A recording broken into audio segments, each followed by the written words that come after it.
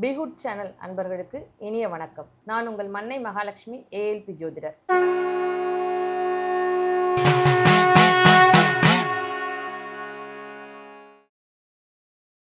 பராப வருடத்தின் பலன்களை பற்றி பார்க்க போகிறோம். குடும்பம், பொருளாதாரம், இதுதாங்க எல்லாத்துலேயும் ரொம்ப முக்கியம். தனிப்பட்ட நபரை சார்ந்த விஷயங்கள்னு எடுத்துக்கிட்டோம் அப்படின்னா, கணவன் மனைவிக்குள்ள ஒரு புரிதல் இருக்கணும். மேக்சிமம் எல்லா இடத்துலையுமே இங்கே பொருளாதாரங்கிற இடம் வரும்பொழுது குடும்ப தலைவிகள் தான் அந்த பொறுப்புல மேக்சிமம் இருக்கிறாங்க. ஸோ குடும்ப தலைவிகள் வெல் பிளான்டாக இருந்துக்கோங்க. என்ன செய்யலாம், என்ன செய்ய வேணாம், எதில் போடலாம், எதில் போட வேணாம், நம்மக்கிட்ட ஒரு பேக்கப் இருக்குதா, நம்ம இதெல்லாமே ஃபேஸ் பண்ணுறதுக்கு என்னென்னலாம் நம்ம பண்ணிக்கலாம். அதுக்காக எல்லாருமே ஒரே ஒரு விஷயம் இங்கே ரொம்ப ரெக்வஸ்ட் பண்ணி கேட்டுக்கிறேன். எல்லாருமே தயவு செய்து ஐயோ பஞ்சம் வரப்போதான், ஐயோ பட்னி வரப்போதான்னு 10 மாதத்துக்குள்ளதையோ 1 வருஷத்துக்குள்ளதையோ தயவு செய்து ஸ்டாக்காக வச்சுக்கணும்னு நினச்சிடாதீங்க. ஏன்னா எல்லாருக்கும் எல்லாமும் கிடைக்கணுங்க.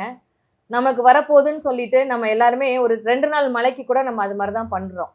அது ரொம்ப தப்பான ஒரு விஷயம். என்ன வருதோ எல்லாருமே ஷேர் பண்ணிக்குவோம். அதனால ஒருத்தருக்கு ஒருத்தர் நீ இன்னைக்கு வேலைக்கு போகலையே, நீ இதை கொண்டு வரலையே, நீ இதனால வந்துட்டு எனக்கு இதை ரன் பண்ண முடியலையே அப்படிங்கிற வாக்குவாதங்களோ பிரச்சனைகளோ வேண்டாம். மன சஞ்சலங்கள் வேண்டாம். ஒருத்தருக்கு ஒருத்தர் ஒரு விட்டு கொடுத்தலோட இருக்கிறத சந்தோஷமா பகிர்ந்து நம்மளுடைய குடும்பங்கள் சுகமாக இருக்கணும்னு இறைவனை பிரார்த்திச்சுக்கிறேன். நீங்களும் தனிப்பட்ட முறையில் ஒருத்தரும் இறைவனை வேண்டிக்கோங்க. பஞ்சாங்கம் படிங்க. குடும்ப தலைவிகளுக்கு நான் இங்கே கேட்டுக்கிறது அதுதான். அபிராமி அந்தாதி படிங்க.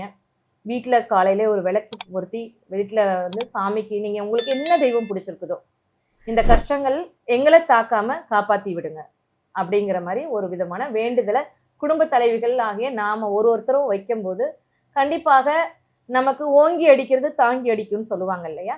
ஸோ அந்த மாதிரி ஒரு சூழ்நிலைகளை நம்ம அனைவரும் கடந்து போகிறதுக்கான சுமூகமான சூழ்நிலைகள் வரதுக்கான வாய்ப்புகளை நம்ம எடுத்துக்கலாம். கல்வி, விளையாட்டுத்துறை எப்படி இருக்குன்னு பார்க்கலாம். ஸோ விளையாட்டுத்துறையில் ஒரு நல்ல விதமான முன்னேற்றங்கள் இருக்குது. புதுவிதமான முயற்சிகள்லாம் நிறைய பண்ணுவாங்க. விளையாட்டில் எதில் போயிட்டு நம்ம நல்லா ஹைக்கில் கொண்டு போய் எதில் நம்ம அச்சீவ் பண்ணலாம் அப்படிங்கிற மாதிரியான விஷயங்கள்லாம் இங்கே இருக்குது. விளையாட்டு அன்பர்களுக்கு இங்கே சொல்லிக்கிறது என்ன அப்படின்னா, தங்களுடைய உடல்நிலை, உடல் சார்ந்த விஷயங்களை மிகவும் கவனமாக இருங்க. ஏன்னா விளையாட்டுத்துறையிலும் நல்ல விதமான முன்னேற்றங்கள் உருவாகக்கூடிய சூழ்நிலைகளையே காமிக்கிறது. கல்வி அப்படின்னு எடுத்துட்டோம் அப்படின்னா அங்கேயும் மாணவர்கள் கொஞ்சம் மேம்போக்காக தான் இருந்துட்டு இருப்பாங்க. என்ன இது வந்துட்டு எல்லாருக்குமே இப்போ என்ன ஆகும் அப்படின்னா, இப்படிதான் நடக்க போகுது, இப்படிதான் நடக்க போகுதுன்னா அங்கே சைக்காலஜிக்கலாக நம்ம மைண்ட் வந்து சேஞ்ச் ஆகிடும். அது குழந்தைங்களுக்கு தெரியாது. அதனால பேரண்ட்ஸ் கைடன்ஸ் ரொம்ப அவசியம். மாணவர்களுக்கு பேரண்டியல் கைடன்ஸ் அவசியம். அவங்கள எதுவுமே திட்டாமல் அவங்கள எந்த லெவலில் கொண்டு போகணுமோ, டீனேஜ் பசங்களாக இருக்காங்கன்னா அவங்களுக்கு தகுந்த கைடன்ஸ், சின்ன பசங்களாக இருக்காங்கன்னா அவங்களுக்கு தகுந்த கைடன்ஸ், அவங்களுக்கு முடிகிறத படிக்கட்டும். நம்ம ப்ரெஷர் போட வேண்டாம். இந்த இடத்துல படிப்புங்கிற விஷயத்தில் நம்ம சொல்கிறது என்னென்னா, அப்பாக்கள் வந்து படிப்பில் தலையிடாதீங்கன்னு ஜென்ரலாகவே நாங்கள் சொல்லுவோம். ஒரு ஜோதிடமாக சொல்லும் போது அதை இந்த இடத்துலையும் நம்ம சொல்கிறோம். பசங்க படிக்கலைன்னு சொல்லிட்டு அப்பாக்கள் கவலைப்பட வேண்டாம். அம்மாக்கள் கையில் கொடுத்துட்டு அவங்கள கைடன்ஸ் எடுத்துக்க சொல்லுங்கள். விவசாயம், உணவு, பேரிடர், இது எப்படி இருக்குன்னு கொஞ்சம் பார்த்துடலாம். விவசாயம்னால இன்னைக்கு என்னன்னே நிறைய பேர் மறந்து போயிட்டோம் இல்லையா? இன்னைக்கு சாப்பாடுன்னு வரும்போது தான் அது அந்த அரிசி எங்கேருந்து வருதுங்கிறத கொஞ்சம் நம்ம திங்க் பண்ண ஆரம்பிப்போம். ஸோ விவசாயத்தில் சில விதமான பிரச்சனைகள் அங்கேயும் வருது. விளைச்சல் இருக்குது, பசுமாடுகளுடைய கறவைகள் ஜாஸ்தியாகவே இருக்குது. ஆனாலும் விலங்கினங்களுக்கும் இங்கே பிரச்சனைகள் வரக்கூடிய சூழ்நிலைகள் இருக்குது இல்லையா? ஸோ இந்த இடத்துல பால் பொருட்கள் நமக்கு தாராளமாக கிடைக்கக்கூடிய வாய்ப்புகள் அதிகமாக இருக்கிறது. அதே நேரத்தில் ரசவஸ்துக்கள்னா நம்ம சுவையாக சாப்பிட்டு கொண்ட அறுசுவையோடு சாப்பிட்ட விஷயங்கள் நமக்கு கிடைப்பது அரிதாக கூடிய காலமாக இருக்கிறது.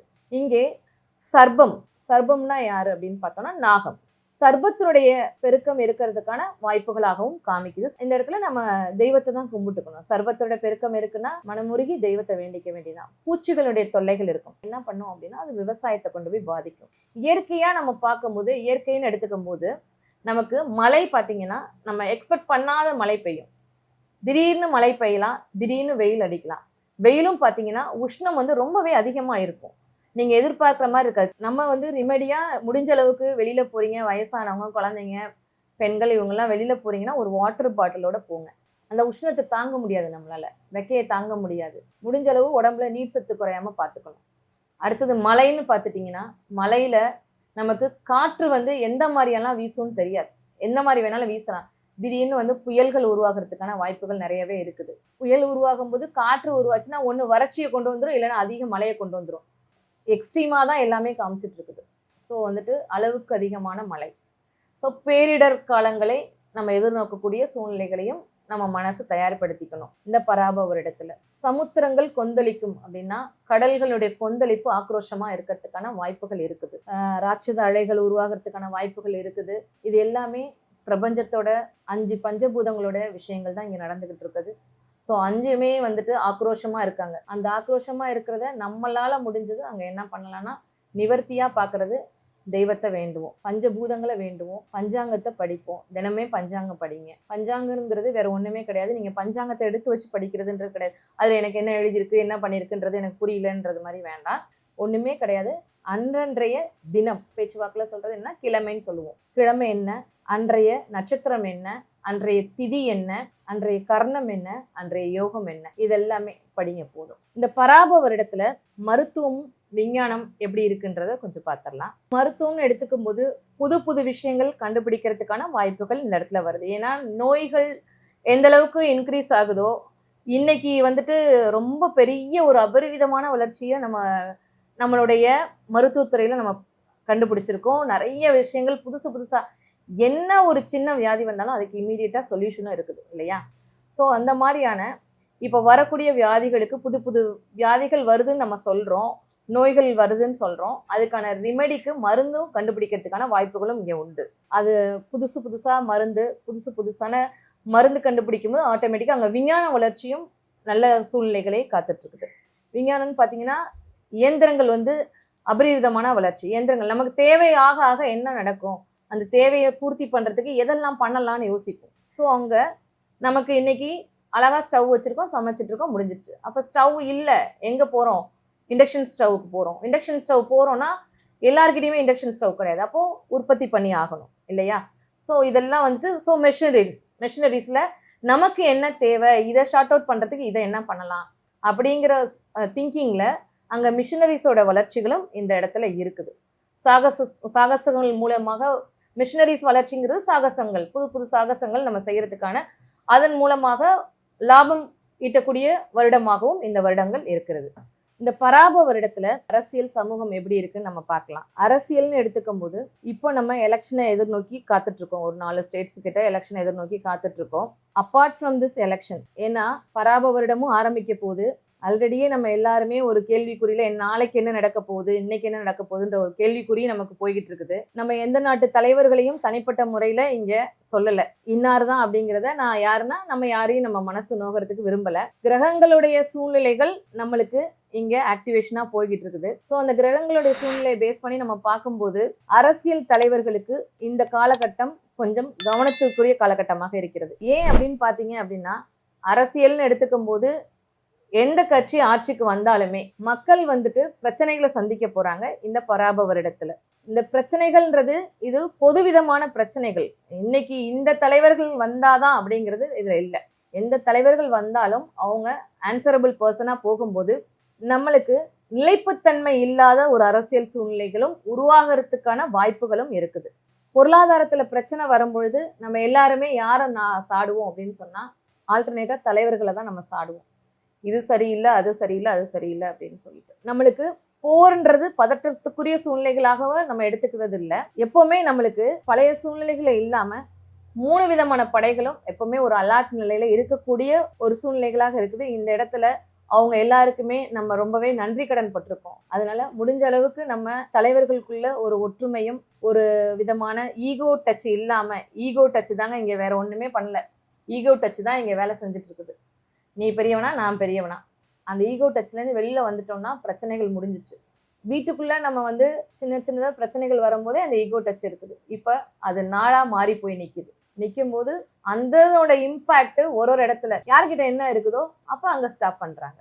அது ரொம்ப பெருசாக போய்கிட்டு இருக்குது. இன்னைக்கு வெறுமனே நம்ம எண்ணெயும் எல்பிஜி சிலிண்டரை பற்றி மட்டுமே இன்னைக்கு பெருசாக சொல்லிட்டு இருக்கோம். இதன் மூலமாக நமக்கு பலவிதமான பிரச்சனைகள் படிப்படியாக ஸ்டார்ட் ஆக போகுது. இது நமக்கு இன்னைக்கு ஹைக்காக தெரியுது. எலக்ட்ரிசிட்டி நீ இதெல்லாம் எனக்கு வேணாம், நான் எலக்ட்ரிசிட்டியில எல்லாம் பண்ணிக்கிறேன் அப்படின்னா என்ன நடக்கும்? ஆல்டர்னேட்டாக அங்கேயும் ஷார்ட்டேஜ் வரதான் செய்யும். எதுவுமே ஓவர் யூசேஜ் போகும்போது அங்கே ஷார்ட்டேஜ் இருக்க தான் செய்யும். அப்போ தலைவர்களை நம்ம குறை சொல்றதுல வாய்ப்புகள் ஜாஸ்தியாகவே போயிட்டு இருக்கோம். எனக்கு இதனால தான் பிரச்சனை வந்துருச்சு, எனக்கு இவங்க இங்கே சரியாக பார்க்கல, இவங்க இங்க சரியா செய்யல.